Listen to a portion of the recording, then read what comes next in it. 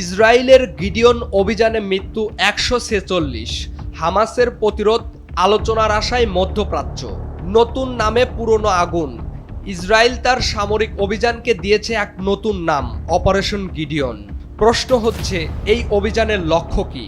ওয়ালটন আবারও মিলিয়নিয়ার অফারে ওয়ালটন ফ্রিজ কিনে আপনিও হয়ে যেতে পারেন মিলিয়নিয়ার।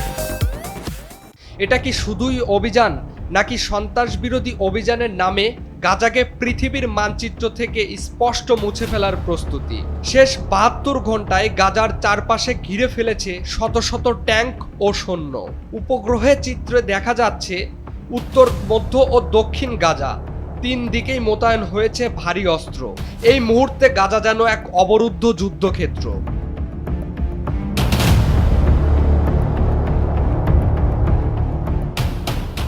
ইসরায়েলি সেনাবাহিনী বলছে, এই অভিযান হামাসকে সম্পূর্ণ নির্মূল করার উদ্দেশ্যে পরিকল্পিত।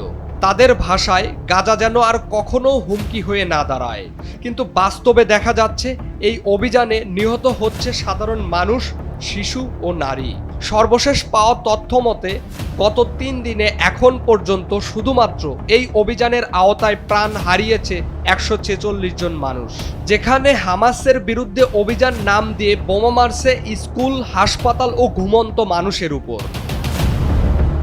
জাতিসংঘ ও আন্তর্জাতিক মানবাধিকার সংগঠনগুলো বলছে, অপারেশন গিডিয়ন আসলে ম্যাস পানিশমেন্ট, অর্থাৎ সমষ্টিগত শাস্তি।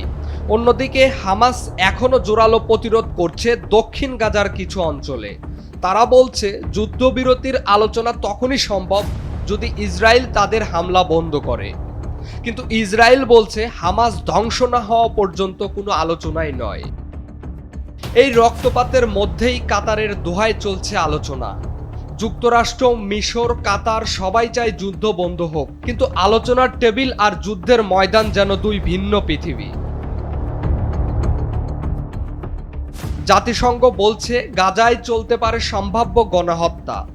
ইতালির পররাষ্ট্রমন্ত্রী অ্যান্তনিও তাজানি স্পষ্ট বলেছেন, এই যুদ্ধ থামাতে হবে এখনই।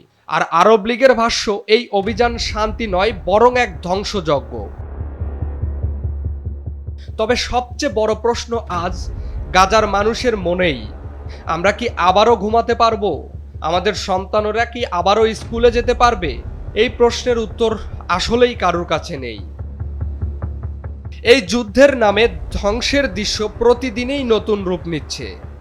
আলোচনার টেবিল যতই সাজানো হোক না কেন, গাজার শিশুর কান্না, মায়ের আহাজারি, তার চেয়ে জোরালো কোনো আর বার্তা নেই। Imran Hasan, SATV digital.